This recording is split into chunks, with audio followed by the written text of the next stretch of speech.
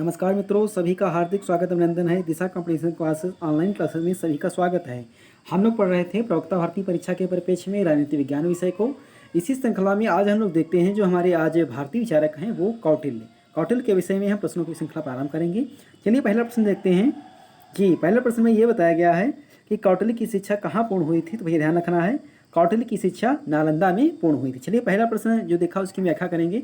वैसे तो सामान्य रूप से अगर कहा जाए तो कौटिल्य, जिन्हें चाणक्य भी कहा जाता है, विष्णुगुप्त भी कहा जाता है, ये इनके ही सब नाम हैं।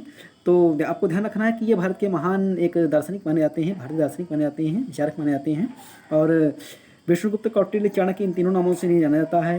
इनका जो वास्तविक नाम था वो विष्णुगुप्त था। कौटिल्य इन्हें इसलिए कहा जाता था क्योंकि इनका जन्म जो है कुटिल ब्राह्मण वंश में हुआ था और इनके पिता का नाम चाणक्य था, इस कारण इन्हें चाणक्य भी कहा जाता है।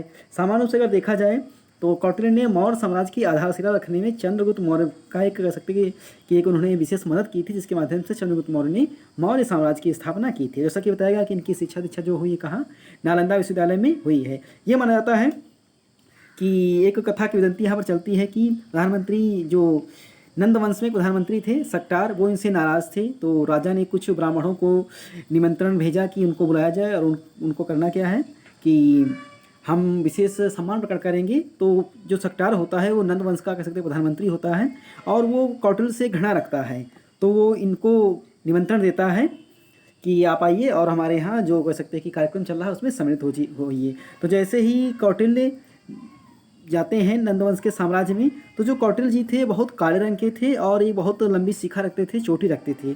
तो जैसे ही ये वहाँ पहुँचते हैं, नंदवंश के शासन में पहुँचते हैं, तो होता क्या है कि जो महापद्म नंद होता है वो इनको देखता है, इनके काले रंग को देखता है तो इनका बहुत मजाक उड़ाता है और इनका बहुत कह सकते हैं उपहास करता है।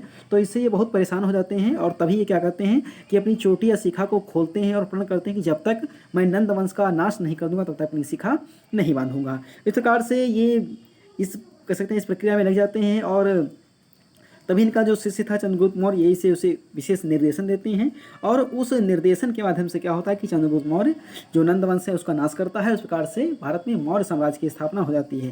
देखिए इसमें एक कारण यह भी माना जाता है कि जो ये कौटिल्य जी थे ये भारत में एक राष्ट्र की स्थापना करना चाहते थे, क्योंकि उन्होंने देखा था कि इससे पूर्व में जो विदेशी थे अन्य जो थे वो सब भारत टुकड़ों में बढ़ गया था। तो इनका प्रमुख उद्देश्य ये भी था कि हमें एक राष्ट्र की स्थापना करेंगे और चंद्रगुप्त मौर्य के माध्यम से क्या होता है कि एक राष्ट्र की स्थापना भी करते हैं। आगे देखते हैं जो अगला प्रश्न बताया गया है कि चंद्रगुप्त को राजा बनाने में किसका महत्वपूर्ण योगदान था, तो आपको ध्यान रखना है कौटिल्य का ही महत्वपूर्ण योगदान था। आगे देखते हैं अगला प्रश्न बताया गया है कि अर्थशास्त्र की रचना की है, तो आपको ध्यान रखना है कि जो अर्थशास्त्र नामक रचना है ये कौटिल्य की रचना है। इसमें भैया सामान्यतः इसमें भी बहुत से मतभेद माने गए हैं अर्थशास्त्र में, परंतु कुछ जो विचारक हैं उनका ये मानना है कि अर्थशास्त्र की जो पांडुलिपि है वो लगभग तीसरी शताब्दी की मानी जाती है और अधिकतर विद्वानों का तीसरी शताब्दी पर ही उन्होंने मत दिया है। और जो अर्थशास्त्र है सामान्य रूप से अगर देखा जाए तो ये भैया रचना गद्य और पद्य दोनों में की गई है और इसमें 15 अधिकरण हैं, जिसमें सामान्यतः राजा के जो कर्म होते हैं, जो राजा के जो कह सकते हैं कि उनके कार्य होते हैं उनको सबको बांटा गया है। इसके साथ साथ ये दंड नीति भी कही जाती है। इसमें जैसे जो पहला है उसमें राजा के जीवन व्यवहार सामान्य वर्णन बताया गया है। यह जो कौटिल्य का राजा है वो उसका जो शासन है या कह सकते हैं उसका जो नियम है बहुत कठोर है। इसके साथ साथ जो तीसरा है इसमें धर्मस्थली यानी कि मुकदमे की सुनवाई, निर्णय आदि बातें बताई गई हैं। और जो 10वां है उसमें विजय के लिए युद्ध संबंधी नियम आदि सब बताए गए हैं। चलिए हम लोग आगे बढ़ रहे हैं, अगला प्रश्न देखेंगे। अगला प्रश्न ये बताया गया है कि राज्य की उत्पत्ति में कौटिल्य का क्या विचार है। तो ये ध्यान रखना है कि जो कौटिल्य ने अपना विचार दिया है राज्य की उत्पत्ति में, तो इन्होंने संविदा सिद्धांत की बात की है। संविदा का मतलब यहाँ पर हम ये लगाएंगे कि समझौता सिद्धांत की बात प्रस्तुत की, अर्थात इनका ये मानना है कि जो राज्य की उत्पत्ति हुई है वो समझौते के माध्यम से हुई है। चलिए आगे बढ़ते हैं, अगला प्रश्न देखते हैं। अगला प्रश्न ये बताया गया है कि साप्तांग सिद्धांत का विवेचन किसने किया है। तो बच्चों आपको ध्यान रखना है कि साप्तांग सिद्धांत कौटिल्य ने भी दिया है और इससे पहले आपको ध्यान रखना है कि जो महाराज मनु थे उन्होंने भी जो साप्तांग सिद्धांत था दिया था। साप्तांग सिद्धांत का मतलब ये होता है कि इसमें 7 अंग बताए जाते हैं। पहला जो अंग है वो स्वामी है, अर्थात कौटिल्य के अनुसार जो राजा है वो राज्य का प्रधान अंग है। उसके बाद अगला जो बताया गया है वो आमंत्र बताया गया है। आमंत्र का मतलब है प्रधानमंत्री से यानी कि सभी मंत्रियों में जो श्रेष्ठ है। उसके बाद बताया गया है जनपद। जनपद का मतलब है भूमि से यानी कि वर्तमान काल में जिसे हम जनता और भूमि कहते हैं उसे ही दोनों को मिला करके इन्होंने जनपद कह दिया है। आगे देखते हैं अगला जो बताया गया है दुर्ग। दुर्ग का मतलब है किला, अर्थात जो जनता की रक्षा कर सके वह भूमि ही दुर्ग कही गई है। आगे देखते हैं, अगला बताया गया है भैया इसमें कोष, कोष का मतलब है धन, अर्थात राज्य की आय का स्रोत मुख्य धन है। उसके बाद दंड अथवा सेना को बताया गया, यानी कि राज्य की सुरक्षा के लिए सेना की आवश्यक। उसके बाद मित्र को बताया गया है, और मित्र में भी बताया गया कि वह आनुवंशिक नहीं होना चाहिए बल्कि वह कृत्रिम होना चाहिए और बुद्धिमत्ता से परिपूर्ण होना चाहिए। तो ये 7 अंग बताए गए हैं जो कह सकते हैं कि 7 अंग सिद्धांत के अंग है।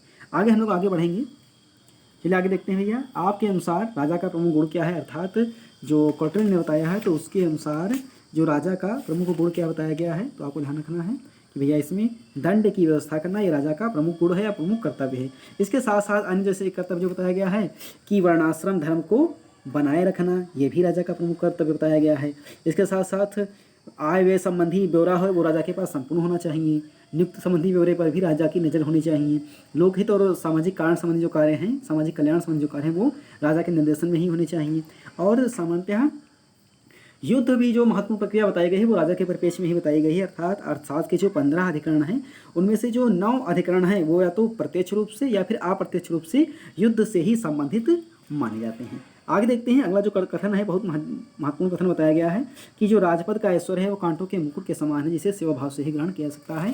यह कथन किसका है, तो यह कथन भगवान दास केला का है। देखिए मैंने अभी बताया कि जो कौटिल्य का राजा है उसका जीवन बहुत कठोर माना गया है। अगर हम बात करें तो इसमें सामान्य रूप से जैसे बताया गया है कि जो कौटिल्य हैं उन्होंने बताया है कि राजा के दिन रात के कार्यक्रम को उन्होंने 24 घंटे और 16 घड़ियों में बांटा है, अर्थात दिन का जो कार्यक्रम है वो अलग है और रात का जो कार्यक्रम है वो अलग है। और वो जो प्रत्येक घड़ी बताई गई है वो 1.5 घंटे की बताई गई है। जैसे जो दिन में की हम बात करें तो जो पहली घड़ी उसमें प्रजा की रक्षा, व्यवस्था की देखरेख तथा हिसाब किताब की जांच करना, उसके बाद में ग्राम तथा नगरवासियों का प्रशासन देखना, उसके बाद में स्नान करना, भोजन करना, स्वाध्याय करना, उसके बाद में वित्त विभाग का निरीक्षण करना, कैश चेकिंग, नियुक्तियाँ स्थानांतरण करना, उसके बाद मंत्रियों तथा गुप्तचरों से मंत्रणा करना, मनोरंजन करना, घोड़े हाथी अस्त्रों का निरीक्षण करना और सेनापति से मंत्रणा करना।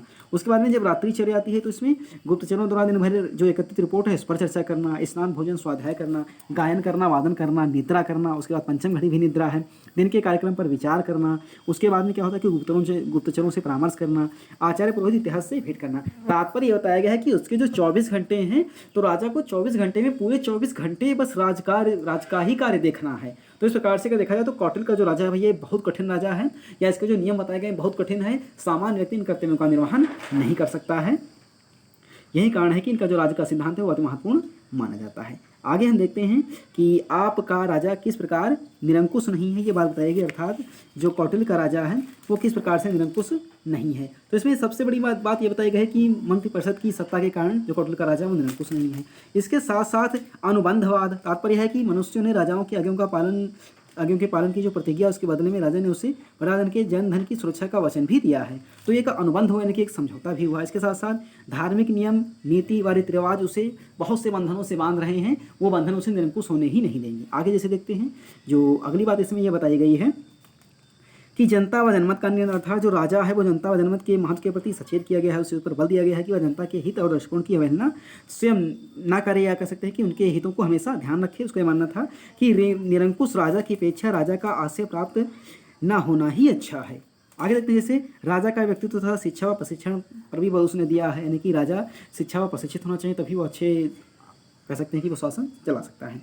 आगे हम लोग देखते हैं, अगला प्रश्न बताया गया है जी। अगला प्रश्न ये है कि मंत्रिपरिषद के सदस्यों की संख्या कितनी बताई गई है। तो आपको ध्यान रखना कि जो मंत्रिपरिषद है उसके सदस्यों की संख्या 8 से लेकर के 12 बताई गई है। मनु हो गए, बृहस्पति हो गए, उष्णा ऋषि हो गए, उन्होंने भी यही संख्या सबसे उत्तम मानी है।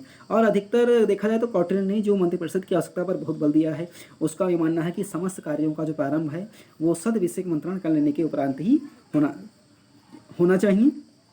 इसके साथ साथ इसने जो कह सकते हैं गोपनीयता की बात बहुत प्रस्तुत की है कि मंत्रियों में जो बात हो वो गोपनीय होनी चाहिए। चलिए आज अब हम लोग आगे बढ़ेंगे जी। अगला ये बताया गया है कि आपके अनुसार ध्यान रखना है कि आपके अनुसार अधिकारी वर्ग में कितने सदस्य होते हैं।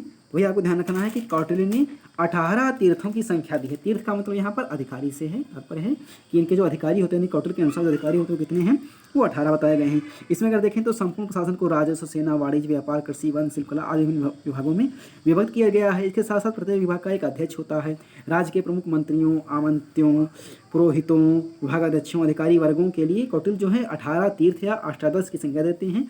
ये तीर्थ मंत्री, पुरोहित, सेनापति, युवराज, द्वारिक, अंतर्वेशिक, समाहर्त्री, सन्निधात्री, प्रविष्टी, नायक, पौर, व्यवहारिक, कार्यांतिक, मंत्रिपरिषद का अध्यक्ष, दंडपाल तथा दुर्गपाल होते हैं। तात्पर्य है कि इनका जो प्रशासन है बहुत व्यापक है और बहुत विस्तृत है। आगे बढ़ेंगे बच्चों, देखना है हमें आपके अनुसार न्यायालय के कितने रूप हैं, अर्थात कौटिल्य के अनुसार न्यायालय के कितने रूप हैं। तो भैया दो प्रकार के न्यायालय बताए गए हैं, एक है धर्मस्थली न्यायालय और एक है कंटक न्यायालय। तो आपको ध्यान रखना है कि वर्तमान समय के दीवानी तथा फौजदारी न्यायालयों का लगभग पर्यायवाची कहा जा सकता है, और धर्मस्थली का अभिप्राय नागरिकों के पारस्परिक व्यवहारों से उत्पन्न होने वाले विवादों का निर्णय करने से है। तात्पर्य हमें कह सकते हैं कि इसके अंतर्गत संपत्ति संविदा, उत्तराधिकार, विवाह, गांव का बंदोबस्त हो गया, ऋण हो गया, धरोहर है, मजदूरी है, साझेदारी है, आदि विवाद इसमें प्राप्त होते हैं। और जो कंटक शोधन है, तात्पर्य है इसमें कि राजा अथवा राज्य से कंटकों अर्थात शत्रुओं से को दूर करना। कंटक का मतलब शत्रु बताया गया है। इनका कार्य राजा अथवा राज्य के विरुद्ध किए जाने वाले सभी अपराधों पर विचार करना है। कंटक शोधन न्यायालयों के अधिकार क्षेत्र में प्रमुख रूप से याद रखे गए, जैसे प्रजा के जो प्रतिदिन के संपर्क में आने वाले धोबी, जुलाहे, रंगरेज, सुनार, वैद्य, नट, नर्तक आदि द्वारा प्रजा के शोषण तथा धनहार संबंधी विवाद, दुष्ट जनों द्वारा किए गए प्रजा पीड़न के कार्य, राज कर्मचारियों द्वारा किए जाने वाले प्रजा पीड़न के कार्य आदि बातें इसमें रखी गई। चलिए हम आगे बढ़ेंगे जी। आगे देखते हैं कि आपके अनुसार अर्थात कौटिल्य के अनुसार कानून के कितने प्रकार हैं। तो भैया 4 प्रकार बताए गए हैं, धर्म अथवा धर्मस्थान, धर्मशास्त्र, व्यवहार, प्रजा व न्याय। कानून के स्रोत की जो सापेक्षिक प्रधानता के विषय में कहा जाता है कि यदि धर्म कानून तथा व्यवहारिक कानून या प्रथा में संघर्ष हो तो राजा को धार्मिक कानून के अनुसार विवाद पर का निर्णय करना चाहिए। यदि धर्म कानून तथा न्याय में विरोध हो तो न्याय की मान्यता दी जानी चाहिए। तात्पर्य है कि जो कौटिल्य है वो कानून पर बहुत बल देता है। आगे बढ़ेंगे, अगला देखते हैं हम लोग। अगला बताया गया है कि आपने दंड के कितने रूप बताए, अर्थात कौटिल्य ने दंड के कितने रूप बताए। तो भैया इन्होंने 3 रूप बताए हैं, शारीरिक दंड हो गया, आर्थिक दंड हो गया तथा कारागार हो गया। शारीरिक दंड के अंतर्गत कोड़े मारना, अंग छेदन कर देना, हाथ पैर बांधकर उल्टा लटकाना या ब्राह्मण तथा उच्च वर्ण के अपराधियों के माथे पर अपराध सूचक चिन्ह अंकित करना, भीषण अपराधों के लिए प्राण दंड की व्यवस्था की गई है। आर्थिक दंड में मुख्यतः 3 श्रेणियों में रखा गया है। प्रथम में जैसे यदि प्रथम सहदंड की सीमा 48 से 46 पड़ तक है, पड़ का मतलब मुद्रा है, मध्यम की 200 से 500 पड़ तक है, उत्तम की 500 से 1000 पड़ तक मानी गई है। इसके अतिरिक्त विविध छोटे छोटे अपराधों के लिए अलग राशि के दंडों का विधानांतर किया गया है। उसने कारागारों की समुचित व्यवस्था करने पर भी बल दिया है। इस प्रकार कठोर दंडों की व्यवस्था की गई है, शारीरिक दंड के रूप में जो सामान्यतः सामान्य दंड ही बताए गए हैं। आगे देखते हैं जी। आगे देखना है भैया कि कौटिल्य की आर्थिक नीति के कितने प्रकार बताए गए हैं। तो 3 प्रकार बताए गए हैं। इसमें जैसे जो पहला बताया गया है कि राज्य के अत्यंत महत्वपूर्ण उद्योगों पर शासन का प्रत्यक्ष स्वामित्व होना चाहिए। अन्य उद्योगों पर जनता के निजी स्वामित्व को बनाए रखा जाए। व्यक्ति द्वारा व्यक्ति के शोषण को रोकने के लिए राज्य में अर्थ के उत्पादन, वितरण तथा उपभोग पर राज्य का नियंत्रण होना चाहिए। चलिए हम आगे बढ़ेंगे जी। आगे देखते हैं कि कौटिल्य के राजा की आय का प्रमुख स्रोत क्या है। तो मंडल सिद्धांत, माफ कीजिए आय नहीं, ये विदेश नीति है हमसे गलत टाइप हो गया, इसके लिए माफी चाहते हैं। कि कौटिल्य की राजा की जो परराष्ट्र नीति है वो क्या है। तो इसमें 2 सिद्धांत बताए गए, एक तो मंडल सिद्धांत हो गया, दूसरा हो गया छानगुन नीति। ये भैया इसका प्रतिपादन कह सकते हैं कि महाराज मनु ने भी किया था। तो मंडल सिद्धांत की अगर बात करते हैं तो आपको ध्यान रखना कि इसमें जो राज्य बताए गए थे या जनपद बताए गए थे, जैसे बताया गया है कि एक दूसरे के प्रति व्यवहार में लाई जाने वाली इनका वर्णन इसमें किया गया है। मंडल एक ऐसा केंद्र होता है जो राजा होता है और पड़ोसी राज्यों को जीतकर अपने मिलाने के लिए प्रयत्नशील होता है। कौटिल्य ने राजा को विजिगीषु राजा कहा है, यही बात मनु ने भी कही थी। इस प्रकार से इसमें भी अगर देखें तो 12 राज्यों का समूह एक मंडल कहलाता है, जिसमें पड़ोसी राष्ट्र हो गया, उसके पड़ोसी राष्ट्र हो गए, शत्रु का शत्रु हो गया, मित्र के मित्र हो गए, ये सारी बातें इसमें बताई गई हैं। आगे जो नंबर 2 पे जैसे आता है वो है भैया छानगुन नीति। छानगुन नीति में क्या होता है कि 6 बिंदु बताए गए हैं। पहला है संधि। संधि का मतलब है कि शत्रु राजा की शक्ति को नष्ट करना व स्वयं को बलशाली बनाना होता है। विग्रह का मतलब युद्ध से होता है, अर्थात राजा को तभी युद्ध करना चाहिए जब राजा शत्रु को निर्बल देखे। या यान का मतलब है वास्तविक आक्रमण से। इस नीति को तभी अपनाया जाए जब राजा की स्थिति को सुधरने देखे और ऐसा प्रतीत हो कि आक्रमण के मार्ग में अपनाए बिना शत्रु को वश में करना संभव नहीं। उसके बाद आता है आसन। आसन का मतलब ये होता है तटस्थता की नीति, अर्थात जब राजा शक्तिशाली हो तो तटस्थ ही रहना चाहिए। उसके बाद है संश्रय। संश्रय का मतलब है कि बलवान का आश्रय लिए जाने से, अर्थात जब आपको पता चले कि आप इस राजा से युद्ध नहीं जीत सकते हैं तो उसके आश्रय में ही चले जाना चाहिए। उसके बाद है द्वैधी भाव। द्वैधी का भाव का मतलब है भैया यहाँ पर विग्रह की नीति अपनाने से, अर्थात फूट डाल देना। चलिए हम आगे बढ़ेंगे, अगला देखते हैं प्रश्न जो हमारा ये बताया गया है जी। आपके अनुसार अर्थात कौटिल्य के अनुसार सेना के कितने अंग बताए गए हैं। तो 4 अंग बताए गए हैं। पहला इसमें जैसे बताया गया है जी, जो पहला बताया गया है, हाँ सामान्यतः आपके अनुसार सेना के कितने अंग बताए गए हैं तो ध्यान रखना है। इसमें कितने हैं जी, इसमें आपके 4 बताए गए हैं। कौन कौन से 4 चलिए हम देखते हैं। सबसे पहला अगर देखा जाए तो इसमें ये बताया गया है कि पैदल सैनिक होने चाहिए, हाथी वाले सैनिक होने चाहिए, घोड़े वाले सैनिक होने चाहिए और रथ भी होना चाहिए। आगे हम लोग बढ़ेंगे, अगला प्रश्न देखते हैं जी। अगला प्रश्न इस प्रकार से है कि युद्ध भूमि में शत्रु के विरुद्ध राजा के पास कितनी शक्तियाँ होती हैं। तो शक्तियों में जैसे उत्साह शक्ति हो गई, प्रभाव शक्ति हो गई, मन शक्ति हो गई, ये उसके पास होती हैं। अगला बताया गया है कि आपके अनुसार युद्ध के कितने प्रकार होते हैं, वही ध्यान रखना है। जो युद्ध के प्रकार बताए गए वो कितने हैं, वो 3 प्रकार बताएंगे। पहला इसमें प्रकाश या धर्म युद्ध है। यह पूर्ण तैयारी के साथ विधिवत रूप से घोषित हुआ युद्ध है। इसमें दोनों पक्षों की सेनाएं युद्ध स्तर में नियमानुसार संघर्ष करती हैं। और इस युद्ध के कुछ नियम हैं, जैसे रणभूमि में शरण में आए शत्रु को ना मारना, युद्ध में अग्नि का प्रयोग ना करना। उसके बाद अगला आता है भैया इसमें कूट युद्ध है। कूट युद्ध की अगर हम बात करते हैं तो सामान्यतः इसमें ये बात बताई गई है कि छल कपट, लूटमार, अग्निदाह आदि तरीकों से किया गया युद्ध कूट युद्ध कहलाता है। उसके बाद अगला आता है तूषणीय युद्ध। यह एक निकृष्ट प्रकार का युद्ध। इसमें सेनाएं विष सदृश साधनों का उपयोग करती हैं। छल कपट द्वारा कह सकते हैं कि इसमें गुप्त रूप से मनुष्यों का वध किया जाता है। और कौटिल्य का जो के अनुसार विजयाभिलाषी राजा परिस्थितियों पर विचार इनमें किसी प्रकार का विकास से ले सकता है। चलिए हम आगे बढ़ रहे हैं।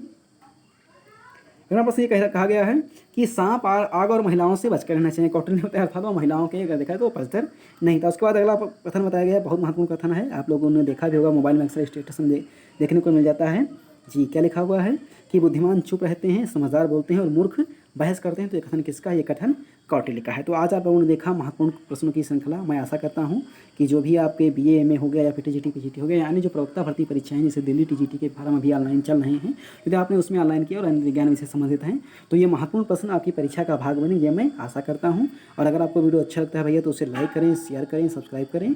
धन्यवाद।